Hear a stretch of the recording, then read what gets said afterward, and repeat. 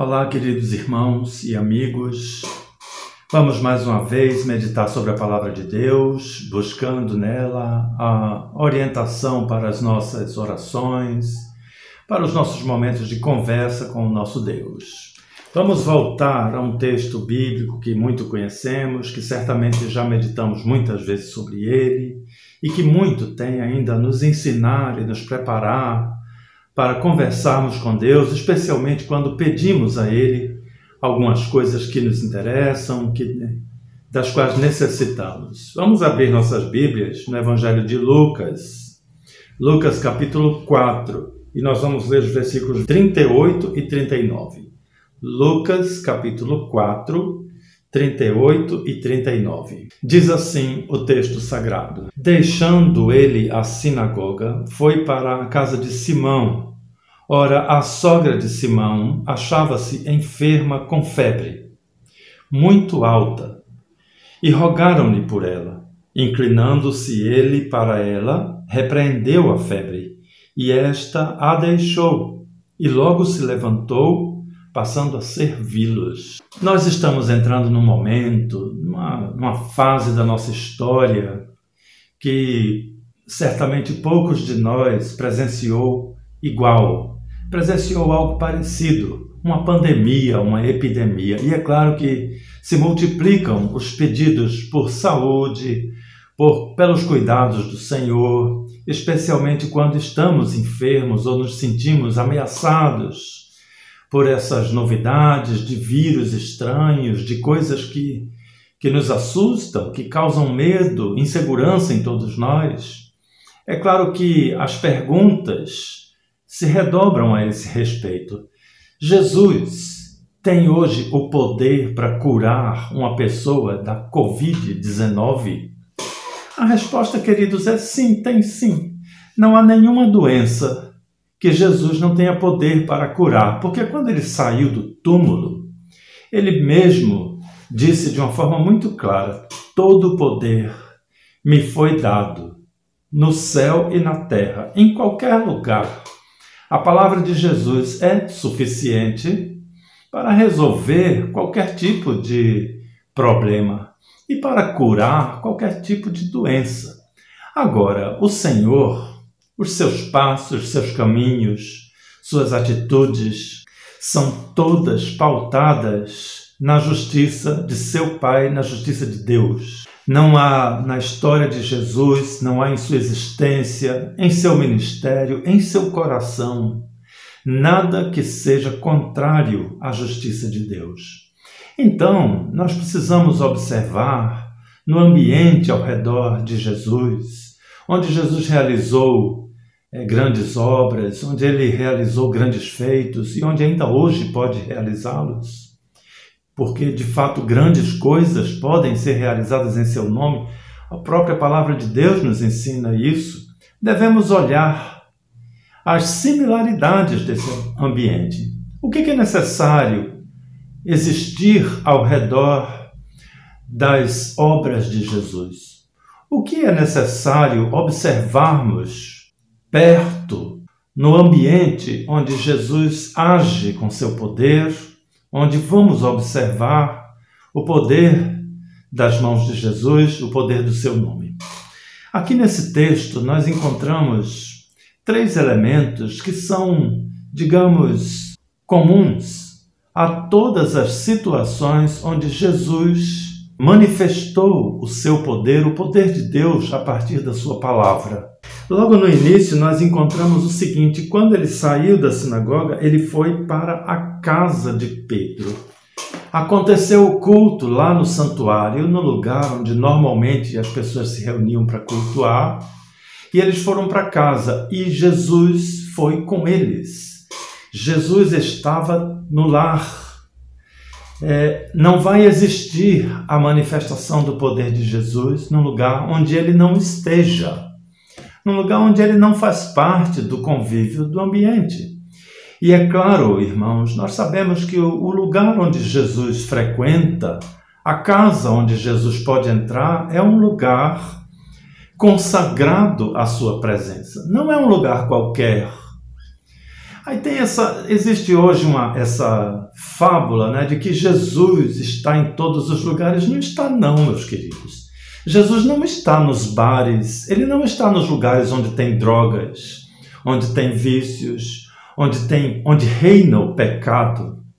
Até por amor àqueles que estão lá, porque a presença de Jesus, a presença do Santo dos Santos, eliminaria aquelas pessoas pecadoras. É por isso que ele não pode participar da vida de pecado das pessoas. Então, um ambiente onde esperamos a presença de Jesus deve ser um ambiente preparado para a sua santidade. Nós não vamos conseguir transformar nossas casas em um lugar santo, porque nós somos pecadores. Não vamos conseguir fazer o santo dos santos dentro das nossas casas, claro que não. Mas nós podemos sim consagrar o ambiente à presença de Jesus. Consagrar significa colocar ao lado do que é sagrado. Ou seja, tornar o ambiente compatível à presença de Jesus. Eliminar as coisas que ele não quer, que ele não gosta, que não fazem parte do nosso crescimento espiritual, que não condizem com o processo de santificação que nós estamos vivendo, que Pedro estava vivendo naquela época. Era o início do ministério de Pedro, ele ainda tinha todos os seus traços do mundo, da sua vida secular, como nós hoje temos. Mas ele era um homem dedicado ao Senhor. Ele era um homem que fazia parte dos planos de Jesus, estava pronto para servir a Jesus, como ele mesmo disse, eu te seguirei. Ali era a casa de um homem de Deus. Era a casa de um homem que dedicou a sua vida à obra de Jesus. É claro que aquele era um ambiente diferente. É claro que aquela família reconhecia no chefe de família a sua esposa. Pedro era casado? Era, né? Ele tinha uma sogra. Quem tem uma sogra tem uma esposa. E a sua esposa não era uma apóstola, não. A Bíblia não fala nada nem de apóstolas, nem de pastoras, esposas de pastores. É um conceito que não tem na Bíblia, portanto não deve existir ao nosso redor. Era a casa de um homem de Deus. E aquela família era a família de um homem de Deus. Aquele ambiente era o lar onde morava a família de um homem de Deus. Portanto, era um lugar especial, sim. Era um lugar diferente. É um lugar que nós podemos produzir em nossos lares. Um lugar especial. Um lugar onde podemos dizer, aqui mora servos de Jesus. Pessoas que são úteis à sua obra. Aqui moram pessoas que colaboram com a obra de Jesus. Estão prontos para servir a Jesus em todo tempo. Este era o diferencial daquela casa, que também tinha imperfeições, mas era a casa onde morava servos de Jesus, onde um homem de Deus residia com sua família. Então, o maior diferencial do ambiente de nossas casas somos nós próprios, o nosso coração de servo. O poder de Jesus vai se manifestar no lar daqueles que são servos dele, daqueles que participam do seu trabalho aqui na terra, como Pedro participou com toda a sua vida, deu a sua vida pelo trabalho de Jesus. Aí nós encontramos um outro elemento que eu considero fundamental para presenciarmos o poder de Jesus na vida de quem quer que seja, na vida de uma pessoa enferma que necessita dele. O finzinho do versículo 38 diz, e rogaram-lhe por ela. Houve uma oração intercessória. E o texto está no plural, era mais de uma pessoa. Eram muitos. Como nós hoje nos reunimos para o nosso culto de oração e todos juntos pedimos por esse, por aquele motivo, pelos pedidos que foram trazidos pelos irmãos e irmãs. Foi exatamente o que aconteceu naquela época. Pessoas, crentes, unânimes, pediram pelo mesmo motivo. E a concordância do coração deles, a unanimidade deles, o interesse e o desejo deles por uma bênção especial foi a sua oração, a oração intercessória, que Jesus percebeu, ouviu, recebeu em seu coração, porque ele viu que era a sinceridade do ambiente, aquelas pessoas queriam aquela bênção especial. Tinha um bom motivo para eles quererem aquela bênção especial. Então, o segundo elemento que nós encontramos aqui, tão importante para que possamos testemunhar o poder de Jesus em nossos tempos modernos, é a nossa unanimidade. É quando nos unimos ao redor do mesmo pedido de oração. Quando nós juntos dizemos, Senhor, fortalece a nossa igreja.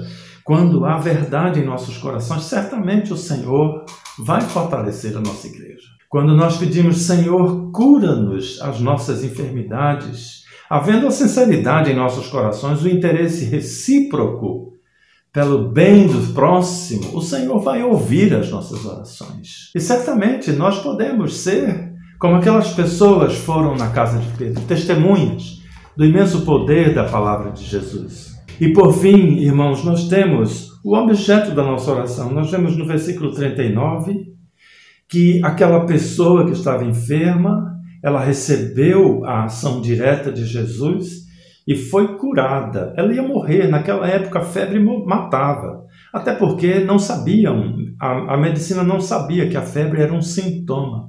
Então é claro que ela tinha algum outro tipo de doença, cujo sintoma, a febre, aumentou tanto ao ponto de poder matá-la. Muitos morriam naquela época de febre, tão somente por causa de febre. Então, ela realmente estava muito mal, era um grave problema. Mas não era um problema tão grave para o poder do próprio Deus, que se aproximou dela e a curou, agiu diretamente sobre sua vida, sobre seu problema. E aí no finzinho do versículo nós encontramos o porquê de Jesus ter agido dessa forma com ela.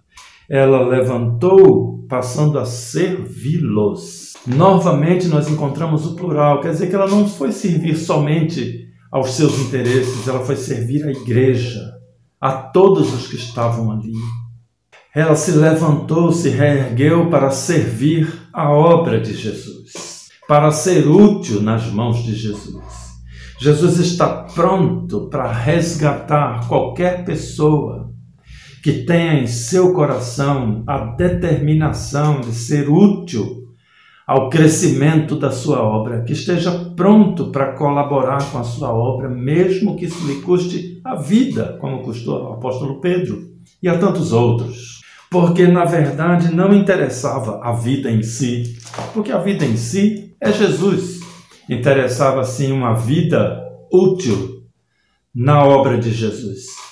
Então, queridos, nós podemos observar essas três coisas ao nosso redor, por aqueles que intercedemos, o ambiente onde estamos orando, a unanimidade dos homens e mulheres de Deus que estão orando e o motivo pelo que estamos pedindo bênçãos especiais. E certamente nós vamos testemunhar o imenso poder de Jesus em nosso meio. Que Deus então nos abençoe como igreja, como seu povo, nesse tempo onde será tão necessário o poder de Deus. Um grande abraço, que Deus nos abençoe.